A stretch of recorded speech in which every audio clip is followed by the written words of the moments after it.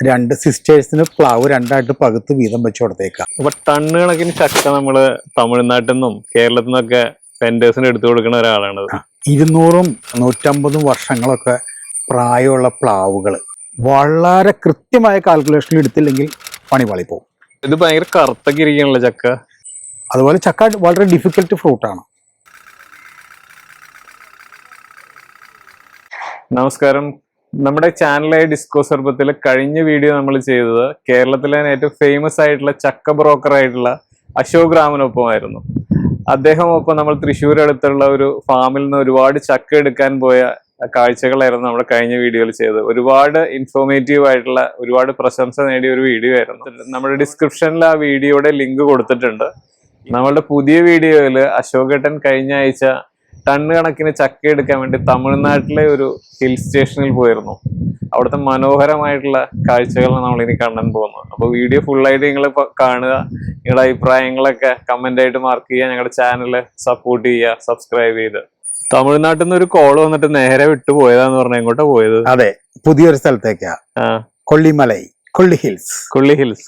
അതെ, കൊള്ളി ഹിൽസ് ഒരു ഹിൽ സ്റ്റേഷൻ അല്ലേ? ഹിൽ സ്റ്റേഷൻ ആണ്.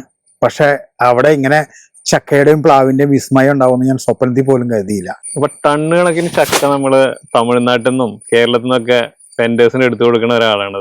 ഇത് ആദ്യമായിട്ടാണ് നമ്മൾ ഇങ്ങോട്ടേക്ക് പോകുന്നത്. അവിടെ കൊല്ലി ഹിൽസിലേക്ക്. എന്താണ് അവിടുത്തെ സ്പെഷ്യാലിറ്റി ശരിക്കും? ഞാൻ അവിടെ എത്തിച്ചേരുന്നവരെ എനിക്കൊരു ഒരുപാട് ജിജ്ഞാസയായിരുന്നു. ഇതെന്താണ് സ്ഥലം? ഫോറസ്റ്റ് ഏരിയ ആണെന്ന് കേട്ടിട്ടുണ്ട്. അങ്ങനെ കേട്ടാണ് ഞാൻ അവിടെ നിന്ന് പോയത്. ഏറ്റവും വലിയ പ്രത്യേകത കണ്ടത് 200-150 വർഷങ്ങളൊക്കെ പ്രായമുള്ള പ്ലാവുകൾ. അതാണ് എന്നെ വിസ്മയിപ്പിച്ചത്. ഞാൻ പ്രതീക്ഷിച്ചത് അങ്ങനെയല്ല. അത്രയും വലിയ വനത്തില് വരെ വലിയ പ്ലാവുകളുണ്ട്. അതിനോട് ചേർന്ന് നാട്ടിൻപുറത്തും പ്ലാവുകളുണ്ട്. വലിയ പ്ലാവുകളാണ്. അപ്പോൾ വിസ്മയിപ്പിച്ചത് ഇതുപോലൊരു ഹിൽ സ്റ്റേഷനിൽ ഇത്രയും പ്രായമുള്ള പ്ലാവുകൾ ഉണ്ടോ എന്നുള്ളത് ശരിക്കും നമ്മൾ അതിശയപ്പെടുത്തുന്ന കാഴ്ചയാണ്. 200 വർഷം പഴക്കമുള്ള പ്ലാവാ? അതെ. അതും ഇത്രയും വലുതല്ലേ? അതെ. ഒരുപാട് ഫാമുകളൊക്കെ ഉള്ള ഏരിയ ആണോ? ഫാമല്ല, അവിടെ ഫോറസ്റ്റ് ഏരിയ ആണ്. ഓക്കെ. ഫാമില്ല. ഇതൊരു ഹിൽ സ്റ്റേഷൻ ആണല്ലേ? നാമക്കലല്ലേ? നാമക്കലിൽ നിന്ന് ഒരു 59 കിലോമീറ്റർ തമിഴ്നാട്ടിലല്ലേ? ഓക്കെ. ഈ ചക്ക കർഷകരെയൊക്കെ മീറ്റ് ചെയ്തിട്ട് എന്താണ് അവരിൽ നിന്ന് മനസ്സിലായ കാര്യങ്ങളൊക്കെ കൂടുതലായിട്ട്? അങ്ങനെ തോട്ടമുള്ള കർഷകരല്ല, മിക്കവാറും വീടുകളിലൊക്കെ വലിയ പ്ലാവുകളുണ്ട്. അപ്പൊ ഞാൻ വൈകിട്ട് ഒരു വീട്ടില് വലിയ പ്ലാവിന്ന് ചക്ക എടുക്കാൻ ചെന്നപ്പോ, അപ്പൊ ഒരക്കയാണ് ചക്ക.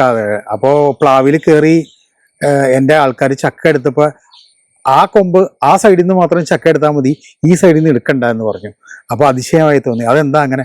അപ്പൊ ഒരു വീട്ടില് രണ്ട് സിസ്റ്റേഴ്സിന് പ്ലാവ് രണ്ടായിട്ട് പകുത്ത് വീതം വെച്ച് കൊടുത്തേക്കാം. ഒരു പ്ലാവ് തന്നെ രണ്ട് സൈഡ്, ഒരു സൈഡ് ചേച്ചിക്ക്, ഒരു സൈഡ് അനിയത്തിക്ക്.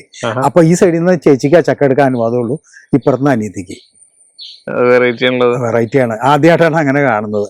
അപ്പൊ അത്രയും വർഷം പഴക്കമുള്ള ഒരു പ്ലാവ് അങ്ങനെ ഒരു ഫാമിലിക്ക് മക്കളായിട്ട് വന്നപ്പോ ആ പ്ലാവ് വീതം വെച്ച് കൊടുത്തേക്കണ അതിശയിപ്പിക്കുന്ന ഒരു കാഴ്ച നമുക്ക് അവിടെ കാണാൻ പറ്റി. ലോകത്തിൽ ഇന്നേ വരെ അങ്ങനെ ഒരു സംഭവം ഞാൻ കേട്ടിട്ടില്ല, കണ്ടിട്ടില്ല, എനിക്ക് അനുഭവമില്ല. ഞാൻ തമിഴ്നാട്ടിൽ പല സ്ഥലത്തും സഞ്ചരിക്കുന്നതാണ്. കൊള്ളിമല സ്പെഷ്യൽ ചക്കയാണുള്ളത്. അതെ. ഓക്കെ. ഇത് ഞാൻ അവിടെ നിന്ന് കൊണ്ടുവന്നതാണ്. ഇത് ഭയങ്കര കറുത്തൊക്കെ ഇരിക്കണല്ലോ ചക്ക. അതുകൊണ്ട് തന്നെ ഞാനിത് നാട്ടിലേക്ക് കൊണ്ടുവന്നത്. അതെ. ഈ ചക്കയുടെ കളറ്, ഈ ചക്കയുടെ ഷേപ്പ്, ഞാനവിടെ ഒരു 5 ടൈപ്പ് ചക്ക കഴിച്ചു നോക്കി. എല്ലാം നല്ല ടേസ്റ്റ്, നല്ല മധുരം. അങ്ങനെ ഈ വലിയ പ്ലാവുകളിൽ വലിപ്പമുള്ള ചക്കകൾ അധികം ഉണ്ടാകുന്നില്ല, ഒരു മീഡിയം വലിപ്പത്തിലെ ചക്ക ഉണ്ടാകുന്നുള്ളൂ. പക്ഷേ അവിടുത്തെ കാലാവസ്ഥ കൊണ്ടും ജൈവാവസ്ഥ കൊണ്ടും അത് ഹിൽ ടോപ്പ് ആയതുകൊണ്ടും ചക്കയ്ക്ക് ജലാംശം കുറവാണ്. ആ ജലാംശം കുറവായത് കൊണ്ട് തന്നെ നല്ല മധുരം, ടേസ്റ്റ് ഒക്കെ എനിക്ക് ഫീൽ ചെയ്തു. എന്ത് ഓർഡർ ഫുൾഫിൽ ചെയ്യാൻ നമ്മൾ പോയത്? ഇപ്പോ അതെനിക്ക് കുറെ ബയ്യേഴ്സ് ഉണ്ട്. അപ്പൊ കോഴിക്കോട് കേന്ദ്രമാക്കി കരിപ്പൂരിൽ നിന്ന് എക്സ്പോർട്ട് ചെയ്യുന്ന ഒരു KB എക്സ്പോർട്സ് എന്ന് പറയുന്ന സ്ഥാപനമുണ്ട്. അവരെൻ്റെ അടുത്ത് നിന്ന് റെഗുലറായിട്ട് ചക്ക പർച്ചേസ് ചെയ്യുന്നതാണ്. അവർക്കൊരു ഓർഡർ വന്നു, 3 ടണ്ണിൻ്റെ ചക്ക വേണം. അപ്പൊ ഞാൻ അന്വേഷിച്ചപ്പോൾ എനിക്ക് സ്ഥിരമായിട്ട് കിട്ടുന്നിടത്ത് ഇപ്പൊ ചക്ക തരാൻ പൺകുട്ടിയിൽ ചക്ക കുറഞ്ഞു, അവിടെ കുറഞ്ഞു. പിന്നെ വേറെ സ്ഥലമുണ്ട്, അവിടെ ചക്ക ഇപ്പോൾ എടുക്കാൻ പറ്റാത്ത സാഹചര്യമാണ്. അങ്ങനെ ഞാൻ പുതിയ സ്ഥലം അന്വേഷിച്ചു. സേലത്തുള്ള എൻ്റെ ഒരു സുഹൃത്താണ് പറഞ്ഞത് ഇങ്ങനെ ഒരു സ്ഥലത്ത് ഇപ്പൊ ചക്ക ആയി തുടങ്ങിയിട്ടുണ്ട്. അപ്പോഴാണ് എനിക്ക് ഇങ്ങനെ ഒരു അറിവ് കിട്ടിയത് കൊള്ളിമലയെ കുറിച്ച്. ചേട്ടൻ ഇപ്പൊ ഈ എക്സ്പോർട്ട് ഓർഡേഴ്സ് ആയിട്ടും അല്ലെങ്കിൽ വലിയ സൂപ്പർ മാർക്കറ്റ്സിനും പിന്നെ ഈ വാല്യൂ ആഡഡ് പ്രോഡക്ട്സ് ഒക്കെ ചെയ്യണവർക്ക് എല്ലാവർക്കും വേണ്ടി എടുത്തു കൊടുക്കാൻ പോകുന്നതാണല്ലോ? അതെ. എനിക്ക് എങ്ങനെ എൻക്വയറി വരണോ ആ ഒരു ആവശ്യം മൂന്ന് നിർത്തിയിട്ട് അപ്പൊ ഈ പുറത്തേക്കൊക്കെ നമ്മൾ പോയി എടുക്കുമ്പോ, അതായത് തമിഴ്നാട്ടിലും കർണാടകത്തിലൊക്കെ നമ്മൾ പോയി എടുക്കുമ്പോൾ നമ്മൾ ഏറ്റവും കൂടുതൽ ഫേസ് ചെയ്യുന്ന ചാലഞ്ച് എന്തായിരിക്കും? നമുക്ക് നമ്മുടെ ബയ്യേഴ്സിന് ആവശ്യമായിട്ടുള്ള വലിപ്പം, ഷെയ്പ്പ്, ഗുണമേന്മ ഇതെല്ലാം സെലക്ട് ചെയ്ത് എടുക്കുക എന്നുള്ളതാണ് വലിയ ടാസ്ക്കാണ്. നമ്മളത് കൂടാതെ കേരളത്തിൽ നിന്നാണ് പോകണമെങ്കിൽ വൺ സൈഡ് തന്നെ ഒരു 400, 450, 500 കിലോമീറ്റർ വരെ പോകാറുണ്ട്. അപ്പോൾ തിരിച്ചും. അപ്പോൾ അത്രയും ദൂരത്തുനിന്ന് ചക്ക വരുമ്പോൾ കാലാവസ്ഥ വ്യതിയാനം കൊണ്ടും അല്ലെങ്കിൽ അത്രയും സമയം വാഹനത്തിൽ സഞ്ചരിക്കുമ്പോൾ ചിലപ്പോൾ കുറച്ച് ചക്കൊക്കെ പഴുത്തു പോകാറുണ്ട്, ചിലത് കേട് വരാറുണ്ട്. അത് ശരിക്കും നമുക്ക് അനുഭവിക്കുന്ന ഒരു പ്രശ്നമാണ്. അത് എന്തുകൊണ്ടാണ് അത് പെട്ടെന്ന് കേടായി പോണത്? ശരാശരി മൂത്ത് പഴുക്കാറായ ഒരു ചക്ക കട്ട് ചെയ്താൽ, മരത്തിൽ നിന്ന് കട്ട് ചെയ്താൽ അതിൻ്റെ ആയുസ് ഒരു 5 ദിവസം അല്ലെങ്കിൽ 6 ദിവസം മാക്സിമം. ചില ചക്കയ്ക്ക് വ്യത്യാസം വരാം, ചില ചക്കയ്ക്ക് അതിൽ കൂടുതലോ കുറവോ ചെറിയ വ്യത്യാസങ്ങൾ വരാം. പക്ഷെ അത്രയും ദിവസത്തിനുള്ളിൽ അത് പ്രയോജനപ്പെടുത്തിയില്ലെങ്കിൽ, അത് പ്രോസസ്സ് ചെയ്തില്ലെങ്കിൽ അത് ഫെർമെൻറ്റേഷൻ വന്ന് പഴുത്ത് പോകും. ഇതിപ്പോൾ നമ്മൾ വിദേശ രാജ്യങ്ങൾക്ക് എക്സ്പോർട്ടിനാണ് എടുക്കണമെങ്കിൽ വളരെ കൃത്യമായ കാൽക്കുലേഷനിൽ എടുത്തില്ലെങ്കിൽ പണി പാളിപ്പോകും. കാരണം ചക്കയുടെ ആയുസ് എന്ന് പറഞ്ഞാൽ 5 ദിവസം 6 ദിവസം. അതിനുള്ളിൽ ഇത് വിദേശത്ത് ചെന്ന് പഴുത്ത് അത് പ്രയോജനപ്പെടുത്താവുന്ന രീതിയിൽ കൃത്യമായിരിക്കണം കാൽക്കുലേഷൻ, അല്ലെങ്കിൽ പ്രശ്നങ്ങളാവും. അതുപോലെ ചക്ക വളരെ ഡിഫിക്കൽട്ട് ഫ്രൂട്ടാണ്. ഈ ചക്കയില്ലേ എത്ര കിലോ ഉണ്ടാവും? ഇതൊരു 4 കിലോ തൂക്കി നോക്കിയാലേ തൂക്കാം. ചക്ക മൂത്തോന്ന് അറിയണത് ഇത് വലിയൊരു എക്സ്പീരിയൻസ് ആണ്. സൗണ്ട് ഈ സൗണ്ടിലാണ് ചക്കയുടെ മൂപ്പ് അറിയുന്നത്. കൊല്ലിമലയിലെ ചക്ക എത്ര കിലോ വരെയൊക്കെ ഉണ്ടായിരുന്നു? വലുത് കിട്ടിയ ചക്ക ഒരു 15 കിലോ വരെയുള്ള ചക്ക കിട്ടി. അവിടെ അത്ര വലിപ്പമില്ല. തമിഴ്നാട്ടിൽ പല സ്ഥലങ്ങളിൽ ഒരു 20 കിലോ വരെയൊക്കെ ആവാറുണ്ട്. ഇതൊരു 10 കിലോ 12 കിലോ അത്രേ ഉള്ളൂ. മാക്സിമം ചെയ്തേക്കണ എത്ര ടൺ വരെയൊക്കെ നമ്മൾ ചെയ്തിട്ടുണ്ട്? നമ്മളൊരു 10 ടൺ വരെയൊക്കെ തമിഴ്നാട്ടിൽ നിന്ന് കയറ്റിയിട്ടുണ്ട്. പൺറുട്ടിന്നാണോ? പൺറുട്ടിന്ന്.